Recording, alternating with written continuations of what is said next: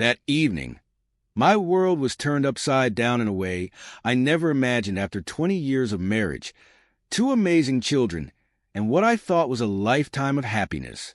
Everything started to fall apart. I came home early, completely unaware that my life was about to take an unexpected turn. When I stepped into our bedroom and saw the determined look on my wife's face, my breath caught. Was she preparing for a simple weekend trip, or was I about to uncover a truth that would shatter everything I believed in? Before I continue, I want to ask you, are you ready for the truth? If you're not prepared for a story that might challenge everything you thought you knew about life, stop reading now. But if you are, let me take you through the day that changed everything. My name is Mark Taylor, and at that time, I was married to Emma. Just 2 months ago, we had celebrated our 20th wedding anniversary. Emma and I met in college and got married shortly after graduation. Over the years, we were blessed with two wonderful children, Sarah and Emily. Sarah had recently started her first year at university, while Emily was preparing to graduate from high school. Like most siblings, they argued now and then, but their bond was unbreakable. Sarah's move to college left a noticeable void in our home. While we were excited for her new journey, it was hard to adjust to the change, especially for Emma. I worked as a senior partner at a major accounting firm, while Emma had built a successful career as a manager in a construction company. Although she had studied English in college, her career had taken a different path in the corporate world. Financially, we were doing well. We had a beautiful home, new cars, and a comfortable lifestyle. But over the past few weeks, I noticed Emma had become distant. I assumed it was because Sarah's departure had affected her more than she let on, but I didn't press her about it. That Friday, I decided to leave work early. Emily was away at a school camp for the weekend, and I wanted to take advantage of the quiet time to reconnect with Emma. I planned a romantic evening, dinner, wine, and some much-needed conversation. I wanted to bring back the warmth in our relationship that had felt like it was fading. As I pulled into the driveway, I saw Emma's car parked in the garage. She must have left work early, too. I walked into the house, calling out, "Emma, I'm home." "I'm upstairs," she replied. When I reached our bedroom, I found her standing in front of the mirror, carefully applying her makeup. She was wearing the black dress I had given her last Christmas, paired with the pearl necklace I had saved up for. Next to her was an open suitcase, partially packed with clothes. Time seemed to stand still as I stared at the scene before me. My heart pounded. Emma wasn't preparing for the romantic evening I had planned. "Are you going somewhere?" I asked, trying to keep my voice steady. She turned to face me, her expression unreadable. "Mark, we need to talk," she said. I could feel the truth approaching, like a wrecking ball ready to shatter my world. "Are we going somewhere?" I asked hesitantly. "You didn't tell me, but I can get ready quickly." "Where are we going?" The excitement in my voice faded as I waited for her response. Emma avoided my gaze, her voice slow and deliberate. "Mark, I'm sorry, but I'm going on a date this weekend." Her words hit me like a bolt of lightning. A date? My mind struggled to process the absurdity of what I had just heard. How could the words date and marriage even exist together? Was this some cruel joke? "What do you mean?" My voice cracked, a mix of confusion and pain spilling out. "We're not in an open marriage, Emma. How could you do this to me?" Her response was calm, almost detached. "Mark, it's not what you think. It's just for the weekend. Ever since Sarah left for college, I've felt lost. This is like therapy for me. I need some time to figure things out. I'll be back Monday morning, and nothing will change." Her words sent a cold chill down my spine. "Emma, this is madness. How long has this been going on? Who is this man? Are you cheating on me?" She shook her head quickly. "No, it's not an affair. We've only had a few lunches, that's all. It's a fling, a one-time thing. He's married too, with kids. I don't want this to affect us." I stared at her, struggling to comprehend what she was saying. "So, you think spending a weekend with another man will somehow help our marriage?" My voice was barely above a whisper, laced with disbelief. "Yes," she said, her tone unwavering. "I need to feel young, beautiful, and alive again. It's something I have to do for myself. I want you to give me this weekend as a gift and understand that I'll come back on Monday, and nothing will change." Her words felt like a dagger twisting in my chest. The woman standing before me no longer felt like the Emma I had loved for over 2 decades. She seemed like a stranger. I spoke, my voice composed despite the turmoil swirling within me.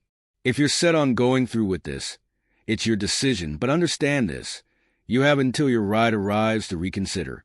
And if you leave, I want you to keep your phone on at all times.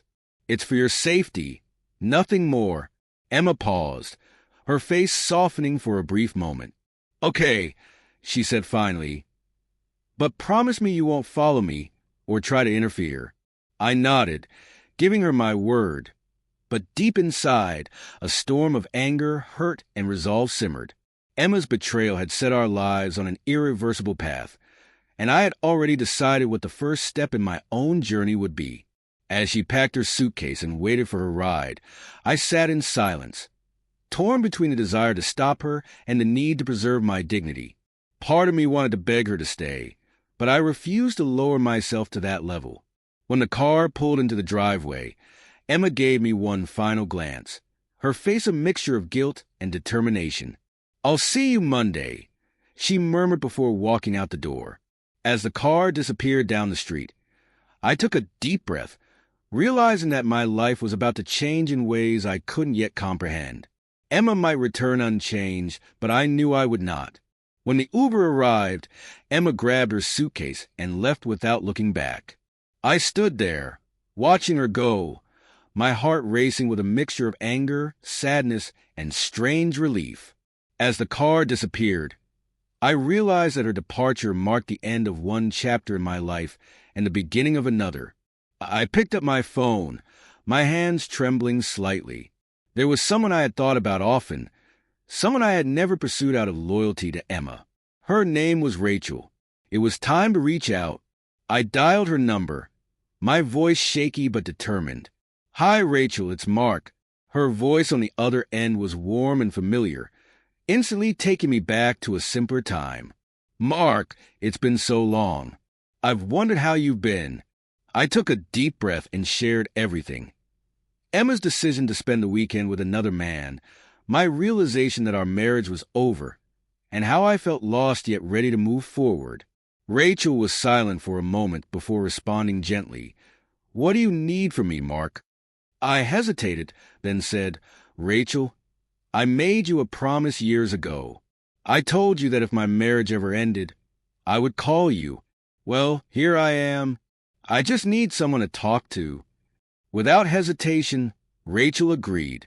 I drove to her house, where she greeted me with a warm, understanding smile. Her kindness eased the storm raging inside me. That night, we talked for hours. We discussed Emma's betrayal, my feelings of heartbreak and freedom, and the connection Rachel and I had shared but never acted on. As we spoke, I realized I didn't just want one night with Rachel. I wanted a future. The weekend I spent with her filled an emotional void I hadn't fully recognized. Her presence reminded me what it felt like to be truly seen and valued. When Emma came home on Sunday, there was a newfound confidence in her step and a glimmer in her eye. "See, nothing's changed," she said casually. But she didn't realize everything had already shifted. I listened as she spoke, but I felt distant, as though I were watching her from afar. When she finished, I didn't hesitate. "Emma," I said, my voice steady, "this weekend made me realize something. Our marriage is over. I'm not saying I can't forgive you, but I can't continue this relationship. Tomorrow, I'm starting the divorce process." Her confident expression faltered, shifting to fear and disbelief. "Mark, no, please. We can fix this," she pleaded. But my decision was final. I had given her the freedom she wanted, and in return, I had found mine. The divorce was swift and fair. I explained the situation to our daughters, Sarah and Emily. encouraging them to maintain their love for their mother despite her mistakes. Over time, everyone adjusted to the new reality. As for Rachel and me, we found love again. Within a few years, we married and started a family of our own, welcoming 2 beautiful children. I also grew close to Rachel's son Ethan, from her previous marriage, who became an important part of our lives. Looking back, I realized that weekend was a turning point, reshaping my life in ways I never could have foreseen.